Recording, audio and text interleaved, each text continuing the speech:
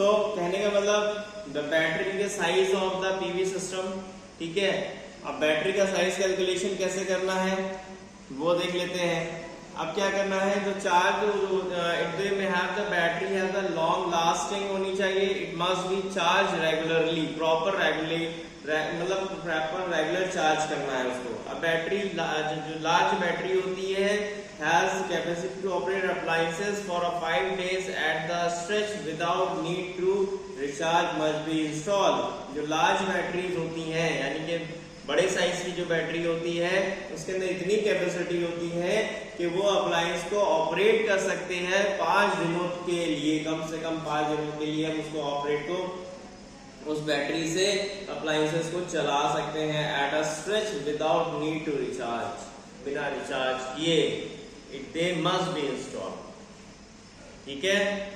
Voltage and ampere hours होता है should be known before, हमें पहले परचेज करने से पहले हमें वोल्टेज और एम्पियर का पहले से सिलेक्शन होना चाहिए, पहले से पता होना चाहिए कि कितने हमें वोल्टेज की और कितने करंट की रिक्वायरमेंट है किसी भी बैटरी को अगर आप परचेज करना चाहते हैं। क्लियर है यहाँ तक कि तो बैटरी को परचेज करने से पहले आपको प्रॉपर उसकी जो स्पेसिफिकेशंस है वो पता होनी चाहिए, ठीक है।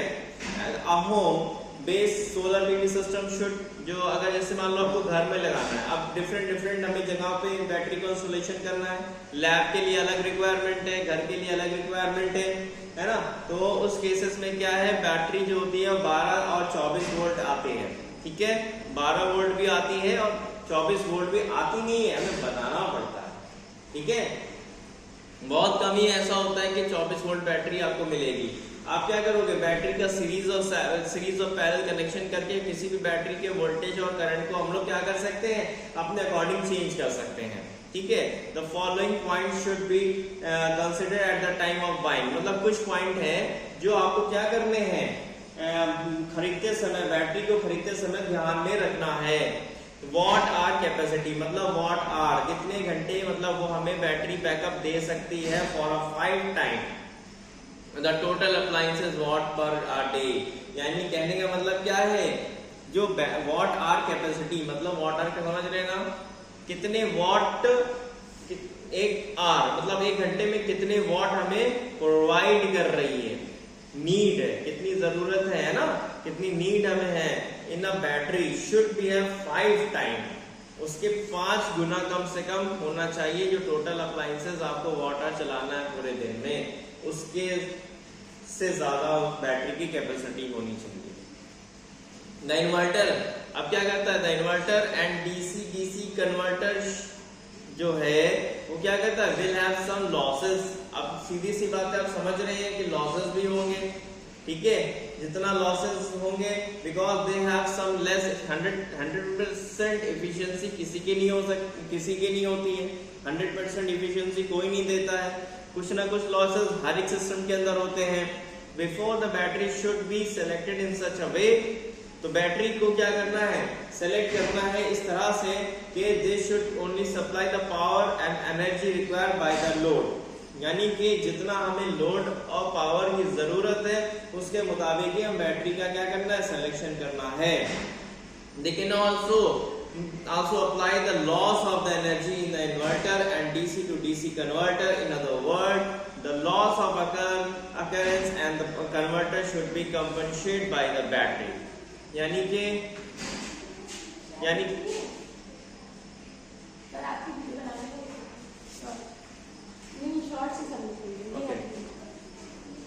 ठीक है। तो बेसिकली क्या करना है, हमें बैटरी का जो सिलेक्शन करना है वो बैटरी का सिलेक्शन इस तरह से करना है, क्या कितना हमारा लोड है, यानी कि सपोज हमें 500 वाट से ऑपरेट करना है, ठीक है। तो 500 वाट के अकॉर्डिंग हमें बैटरी का सिलेक्शन करना है और हमें उस पर्टिकुलर लोड को कितनी देर ऑपरेट करना है, ठीक है। तो ये हमें ध्यान में रखना पड़ेगा कि हमें मान लिया 5 घंटे चलाना है बैटरी, ठीक है, 10 घंटे चलाना है, कितना बैकअप चाहिए, उस बैकअप के अकॉर्डिंग हम लोग क्या करेंगे, बैटरी का वॉट आवर निकालेंगे, ठीक है। उसकी कैपेसिटी कैसे फाइंड आउट करेंगे, हम लोग बोलते हैं ना 150 एच की बैटरी की रिक्वायरमेंट है, ठीक है। 150 एच की बैटरी हमें कितना बैकअप देगी वो डिपेंड करता है कि कितना उसको हम यूज कर रहे हैं, यानी कि अगर मान ली सपोज आपने 500 वाट की रिक्वायरमेंट थी, आपने खाली उसको 300 वाट कराया, तो ऑब्वियस सी बात है उसका बैकअप बढ़ जाएगा, ठीक है। या फिर अगर आप उस केस में क्या कर रहे हैं, अगर उसको पूरा 500 वाट का यूज कर रहे हैं, लोड जो हम यूज कर रहे हैं बैटरी में पूरा 500 वाट का यूज कर रहे हैं, तो क्या होगा, वो बैकअप कम हो जाएगा। तो ये एक अंडरस्टैंडिंग है बैटरी और टाइम और वॉटेज के बीच में, ठीक है। The size of the battery must have large enough to the appliances, यानी कि जो बैटरी का साइज है वो क्या होना चाहिए, वो ज्यादा होना चाहिए। किससे ज्यादा होना चाहिए, अप्लायंसेस से। जिससे हम लोग अप्लायंसेस यूज कर रहे हैं उसका 1/5 of it full charge in 1 day. मतलब बैटरी को हमें कंप्लीटली चार्ज करके रखना है, चार्जिंग होती रहना है कि तुरंत मतलब हमें कि उससे शॉर्टेज ना हो, यानी कि जो उसका बैकअप है वो बैकअप प्रॉपर हमें मिल सके। तो फॉलोइंग स्टेप हमें कैलकुलेट करने हैं। सबसे पहले calculate the watt hour per day use by each appliance. मतलब सबसे पहले आपको ये ध्यान में रखना है, ये कैलकुलेट करना है, नॉट ध्यान में रख के आपको कैलकुलेट करना है कि कितने वॉट आवर पर डे आप उस अप्लायंस चलाते हैं। सपोज लाइट है, लाइट हम चला रहे हैं 20 वॉट की लाइट है ना, एलईडी लाइट है अपने पास, 20 वॉट की एलईडी लाइट है, जिसको हम पूरे दिन में मान लो 8 घंटे चलाते हैं, ठीक है। अब 8 घंटे चलाते ईच अप्लायंस, मतलब जितनी लाइटें हैं, जितने फैन हैं, जितनी अप्लायंसेस आपके पास है, उसको आप दिन में कितनी घंटे आप उसको यूज करते हैं, कितने आवर उसको आप यूज करते हैं, कितने वॉट रहता है वो, कितने घंटे आप उसको चलाते हैं, ये सबसे पहले आपको कैलकुलेट करना है। उसके बाद add the watt hour per day use by all appliances. सबसे अब आप क्या करें, उसको जोड़ लीजिए, जितने अप्लायंसेस है, जितने घंटे चलाने हैं वो सबको एक साथ जोड़ लीजिए, कैलकुलेट करें, मतलब ऐड टोटल निकाल लीजिए, मल्टीप्लाई करना है टोटल अप्लायंसेस को, multiply the total appliances watt hour per day 5 for a deep discharge battery. मतलब आप मल्टीप्लाई करना है, किससे मल्टीप्लाई करना है, the total appliances watt hours per day by 5 से आप उसको मल्टीप्लाई कर लीजिए for a deep discharge battery calculate करने के लिए। Divide the result by the battery voltage, मतलब उसको 12 से डिवाइड कर दीजिए। तो ये स्टेप है बैटरी का कैलकुलेशन कैसे किया जाता है, बैटरी का साइज कैसे कैलकुलेट किया जाता है। ये एक आपको बहुत इंपॉर्टेंट स्टेप है जो आपको आना चाहिए। क्लियर है? कोई डाउट है तो मैं फिर से आपको डिस्क्राइब कर दूंगा कि बैटरी का साइज कैसे कैलकुलेट किया जाता है। फिर से एक बार मैं आपको बता देता हूं कि सबसे पहले आपको क्या करना है, बैटरी का आपको ये देखना है कि पर डे आप उस बैटरी को कितना यूज कर रहे हैं, मतलब जो अप्लायंसेस हैं वो टोटल कितने वॉट के हैं।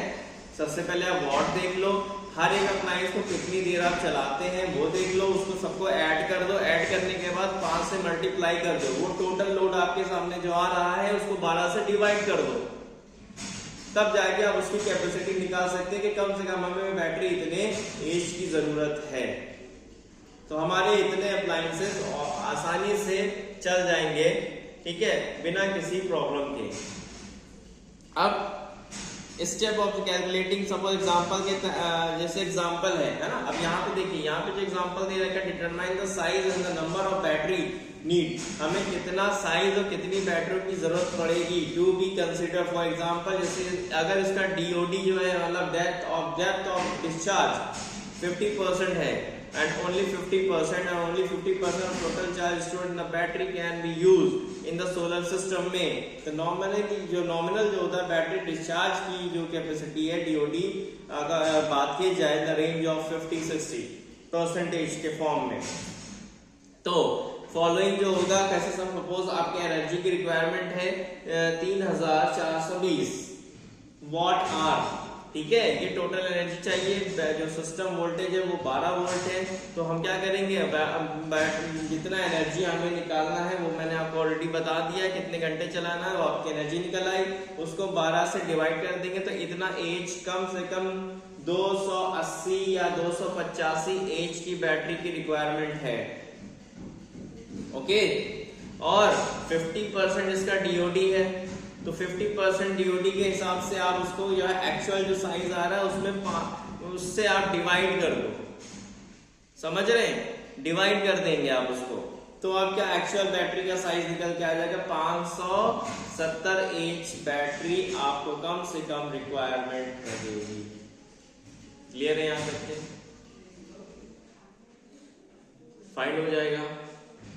ठीक है, एक बार फिर मैं आपको बैटरी का साइज कैसे कैलकुलेट किया जाता है एक बार मैं फिर से आपको बता देता हूँ।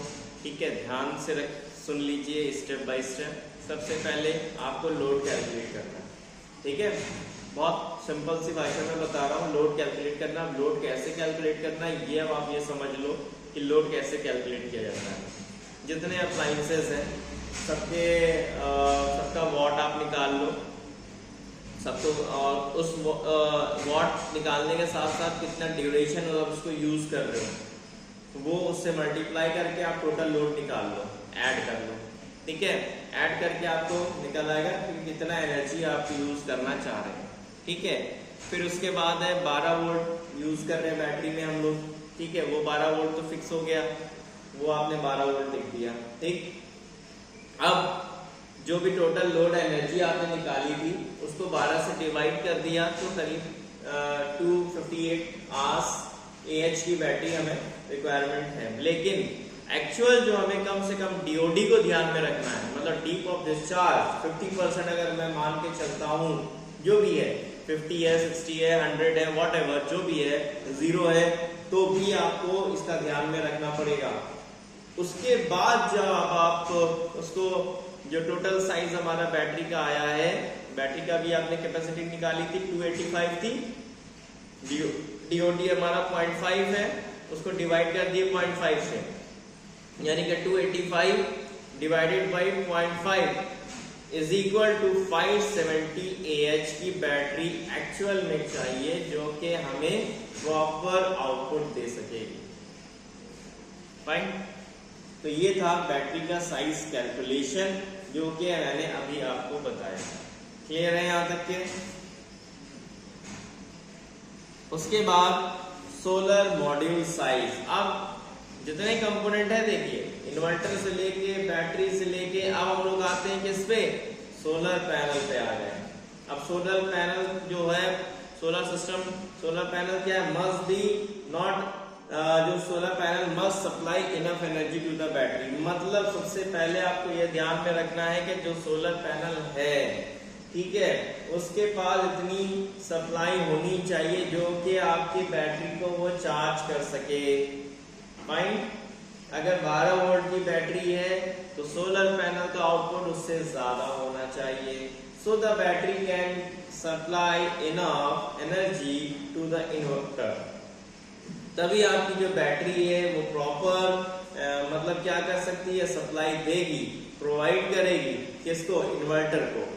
To the supply enough energy to the load as per the required, यानी कि to supply enough energy to the load, यानी कि लोड को तभी प्रॉपर सप्लाई मिलेगी रिक्वायरमेंट को, मतलब जितनी हमें रिक्वायरमेंट है।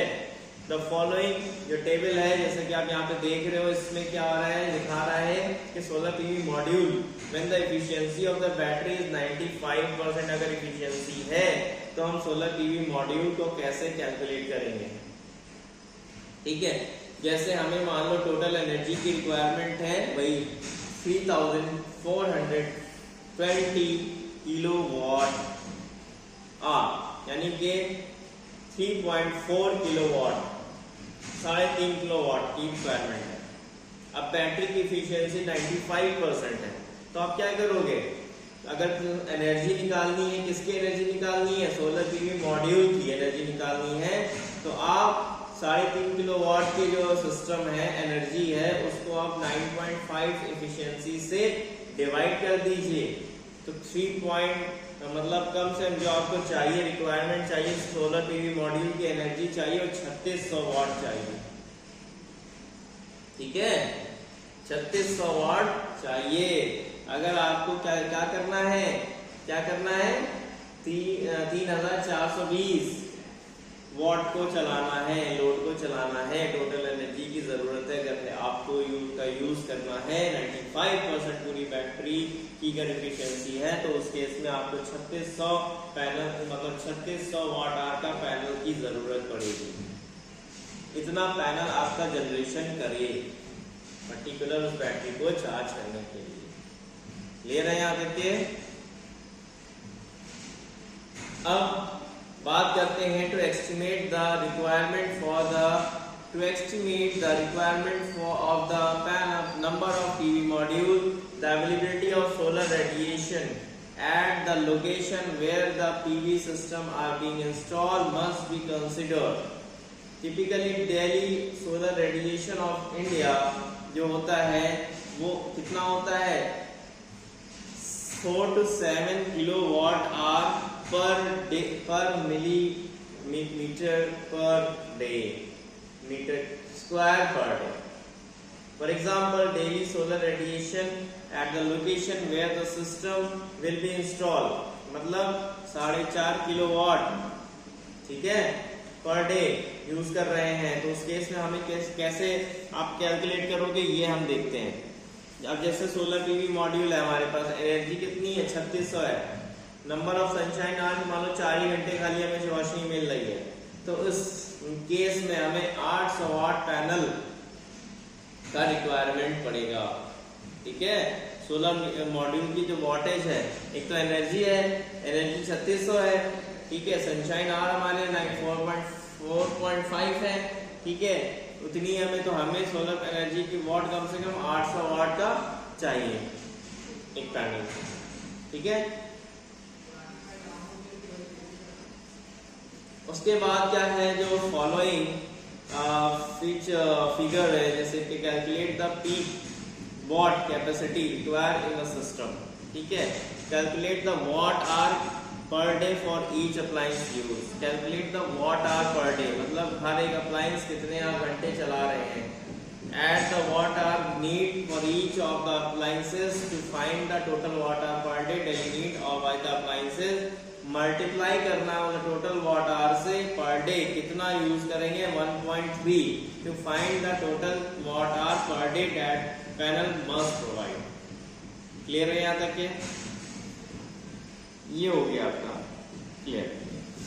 उसके बाद डिवाइड कर दीजिए, किससे डिवाइड करेंगे, total watt hour per day by panel generation, कितना जनरेशन हो रहा है पैनल का, है ना, उससे आप उसको क्या करेंगे, मल्टीप्लाई, डिवाइड कर देंगे, ठीक है। Divide the total peak watt capacity to the peak watt of the panel available to, ठीक है। ये आपने क्या किया, इसको आपने डिवाइड कर दिया। क्लियर है यहाँ तक के? कोई दिक्कत? ठीक है। सबसे पहले क्या करना है, हमें कैलकुलेट द वॉट, मतलब सारे अप्लायंसेस का हमें पावर निकाल लेना है, कितने पावर की रिक्वायरमेंट है। अब at the what are need for appliances to find the watt hour per day they need to appliances, उसके बाद मल्टीप्लाई करना है, कितने टोटल जो load appliances watt hour per day गया है 1.3 to find the total watt hour per day that the panel must be provide. ये बात क्लियर हो गई है। अब क्या करना है, उसको डिवाइड करना है। डिवाइड किससे करना है, total watt hour per day by the panel generation factor by for your climate, ठीक है, it is typically 3.45। Divide the total peak watt capacity to the peak watt of the panel available to the, ठीक है। यहाँ तक clear हो गया। अब क्या है, अब क्या पैनल जनरेशन फैक्टर कैसे निकालेंगे। देखिए भाई, पैनल का जनरेशन का जो फैक्टर है वो कैसे निकालेंगे, जो सम पैनल ऑफ द 1 वॉट, जैसे 1 वॉट है, प्रोवाइड कितना कर रहा है हमें 3.34 वॉट आवर पर डे, मतलब देखा जाए तो, ठीक है,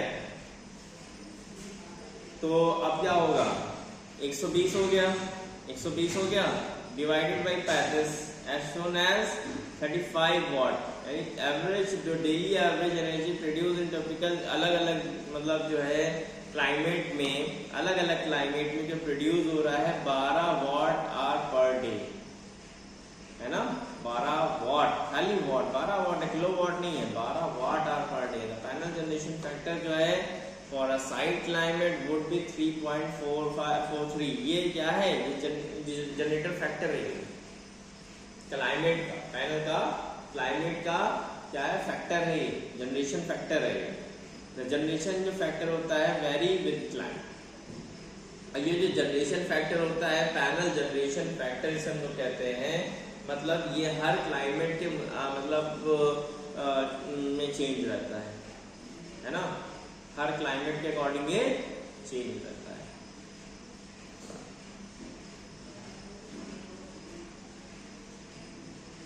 क्लियर है? Any doubt? किसी को कोई डाउट है? ठीक है, तो पैनल जनरेशन क्या हो गया, पैनल का जो जनरेशन हो गया, ठीक है, पैनल जनरेशन में एनी डाउट?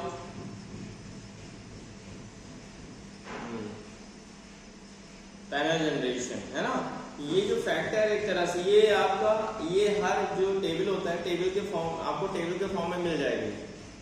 अभी टेबल के फॉर्म में तो मिल गया है ना, तो टेबल के फॉर्म में मिलने के बाद अब आप जो है जैसे जनवरी में अलग है, फेब में अलग है, मार्च में अलग है, जितने मतलब 12 महीने हैं उस 12 महीने में अलग अलग ये जनरेशन फैक्टर रहता है। इसको भी हमें बहुत ध्यान में रखने की जरूरत है। किसी भी मतलब आपको किसी भी मतलब कहने का मतलब कैसे कोई भी तरह का मौसम होगा आपको जनरेशन फैक्टर का कैलकुलेट करना पड़ेगा, मतलब उसका ध्यान रखना पड़ेगा, कैलकुलेशन में उसको इंक्लूड करना है आपको। ठीक है, कब इंक्लूड करेंगे, जब हमें सोलर पैनल मतलब इंस्टॉलेशन या सोलर पैनल हमें कैलकुलेट करना पड़ेगा कि हमें कितना सोलर पैनल की रिक्वायरमेंट है। तो ये पैनल जो होता है सोलर, फिर से मैं एक बार आपको बता देता हूँ कि जो सम स्मॉल पैनल जैसे होता है 1 वॉट का है, शुड प्रोवाइड, कितना प्रोवाइड कर रहा है, 3 खाली वॉट पर डे। अब आप समझ सकते हैं कि 1 वॉट का पैनल, सिंपली 1 वॉट का पैनल पूरे दिन में हमें 3 पॉइंट है, मतलब मान के चलो आप 3 वॉट आर पर डे हमें मतलब देगा। क्या देगा, पावर दे रहा है ना, ये तो पावर दे रहा है। अब 35 वॉट का है तो एवरेज अगर डेली प्रोड्यूस एनर्जी टॉपिकल जैसे बात करें climate change 12 watt per day के हिसाब से देगा। ठीक है, 120 डिवाइडेड बाई 35 कर लो आप, है ना, तो 35 हो जाएगा, इसका एवरेज डेली प्रोड्यूस कर रहा है। और क्या है, produce 12 watt per day, 12 watt are per day, ये इसके क्या है, जनरेशन है। ठीक है, तो power generation factor for set to 4.43 ये होता है इसका पावर जनरेशन फैक्टर। ठीक है, लेकिन ये फैक्टर चेंज होता रहता है with respect to season, climate. अब adjusting the solar generation panel generation factor as per climate की अगर हम बात करें तो जो solar system should fit even the cloudiest season to give its service all through the year. The following guideline must be adhered to the estimating panel output of the different climate. Clear है तक? Suppose climate class 1 shinier than tropical coastal climate with many days of the clear sky. जैसे मान लो आप इसके जैसे मान लीजिए आप अगर आप समझे तो क्लाइमेट जो क्लास होता है फर्स्ट क्लास की अगर मैं बात करूं इसमें तो शाइनर, जैसे जब जहाँ पे बहुत ज्यादा तेज धूप होती है उन दिनों में क्या होता है, कोई मतलब बादल नहीं रहते हैं पूरा, मतलब उस टाइम पे जो पैनल का जनरेशन होगा वो सबसे ज्यादा होगा। ठीक है, इस लाइन पे कहने का मतलब ये है कि जब जो इस तरह की जब क्लाइमेट होगा जब जिस समय मैक्सिमम हमें सनशाइन आवर्स मिलेंगे तो उस टाइम पे क्या होगा, मैक्सिमम हमें मतलब ड्यूरेशन रहेगा। यहाँ तक क्लियर है। और डेजर्ट, अब डेजर्ट लोकेशन में जैसे रेगिस्तान है, वहाँ क्या होती है, वहाँ तो हमेशा धूप रहती है, ज्यादातर मैक्सिमम आपको टेम्परेचर मिलेगा, ठीक है। तो इन दिस केस में क्या होगा, फॉर दिस क्लाइमेट, इस तरह के क्लाइमेट में use a panel generation factor, जो वहाँ पे यूज करेंगे at the time of calculation, वो रहेगा 3.86। ये एट द टाइम ऑफ कितना है, जब आपको मैक्सिमम एफिशिएंसी मिल रही है पैनल की, तब उस केस में हमें 3.86 का ध्यान रखना पड़ेगा। जब भी हम पैनल का कैलकुलेशन करेंगे तो पैनल जनरेशन फैक्टर का हमें ध्यान रखना रहेगा, ठीक है। अब हम सेकंड पॉइंट पे आते हैं। सेकंड पॉइंट का यहाँ पे क्या कह रहा है, ये जो ट्रॉपिकल क्लाइमेट है, कोस्टल क्लाइमेट है, मतलब मोस्टली जहाँ पे क्लाउडी, मतलब पार्टी क्लाउडी, मतलब ज्यादातर क्या रहते हैं, बादल रहते हैं, ठीक है। फुली क्लाउडी पीरियड जहाँ पे मतलब बहुत ज्यादा मतलब बादल वगैरह रहते हैं, उस केस में क्या होता है, जैसे मतलब एक हफ्ते में 5 दिन ही आपको क्या कर रहे हैं, ज्यादा से ज्यादा वहां पे आपको धूप मिल रही है, तो इस केस में कितना हमें रखना है, पावर जनरेशन 3.43, ठीक है। तो ये 2-3 क्लास यहाँ पे, अब जैसे थर्ड क्लास में बात कर लूँ, ये भी एक बार, फिर उसके बाद मैं आपको प्रॉपर सारी चीजें क्लियर कर दूंगा, ठीक है।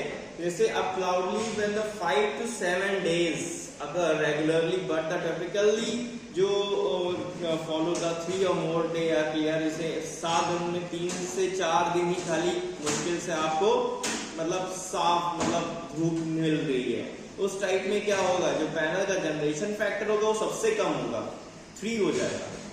क्लियर है यहाँ तक क्या?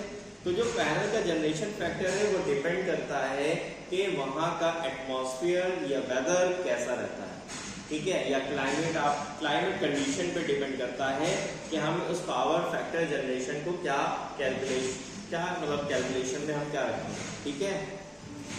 ये आपको ध्यान में रखना पड़ेगा कि 2-3 तरह के क्लाइमेट सीजन है, जहाँ पे सबसे, एक तो पहला वो हो गया जहाँ पे सबसे ज्यादा धूप रहती है, लाइक रेगिस्तान जैसा, जहाँ पे हमेशा धूप रहती है, गर्म, मतलब हमेशा गर्म रहता है वहाँ का माहौल, यू कैन से क्लाइमेट, ठीक है। तो वहाँ का जो फैक्टर होगा वो 3.86 होगा जनरेशन फैक्टर, मतलब सबसे इफिशिएंट रहेगा वो।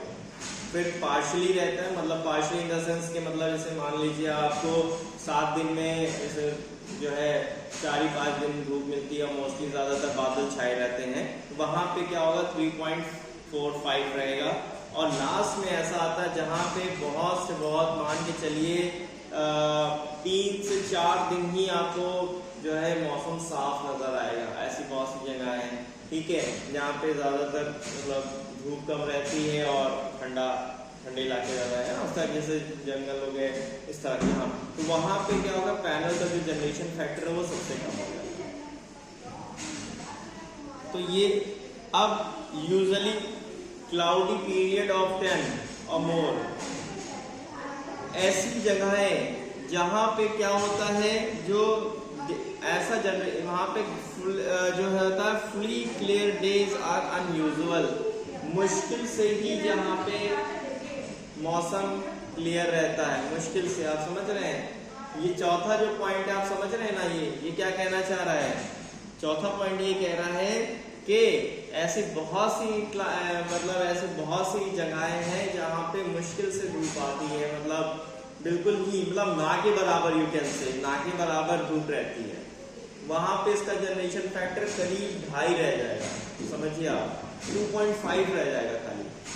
तो इस चीज का आपको ध्यान में रखना पड़ेगा जब भी हम क्या करेंगे, कैलकुलेशन करेंगे पैनल का, कि हमें कितने पैनल की रिक्वायरमेंट है वहां पे, या पैनल का साइज कैलकुलेट करना है या पावर कैलकुलेट करना है, वहां पे आपको क्लाइमेट का, सीजन का, लोकेशन का, लॉन्गिट्यूड, लैटिट्यूड वगैरह पे ध्यान रखना पड़ेगा, तभी आप प्रॉपर पैनल का कैलकुलेशन कर सकते हैं। फाइन। तो इस पूरे टॉपिक के कहने का मतलब ये है कि पावर को कैसे कैलकुलेट करेंगे in the form of panel, ठीक है। नेक्स्ट टॉपिक पे हम लोग आते हैं, बेसिकली अब है ठीक है, क्या है, फ्यूज एंड जंक्शन बॉक्स का सिलेक्शन कैसे किया जाएगा, ठीक है। ये हमारा ये आज का लास्ट टॉपिक है, फ्यूज एंड जंक्शन बॉक्स का सिलेक्शन कैसे किया जाए, ठीक। ये हम देखते हैं यहाँ पे, fuses and junction box are component है, ये सब क्या है, कंपोनेंट है, they are also required for PV system installation में, जो कि यूज किए जाते हैं। ठीक है, नो डाउट, कोई डाउट नहीं है इसमें। Fuse wires and junction box should be chosen by the maximum possible current and voltage at are likely to occur in the system. Mainly the parameter used for choosing these product in current is current. ठीक है, अब क्या है, fuse हो गया, wire हो गया, junction box हो गया, should be chosen by the maximum power possible current end voltage that are likely to occur in the system. ठीक है, सिलेक्शन किससे करेंगे भाई? सीधी सी बात है, दो ही पॉइंट है अपने पास, एक तो वोल्टेज और दूसरा करंट है, इन्हीं पे बेस्ड है। ठीक है, तो इसको हमें ध्यान में रखना रहेगा।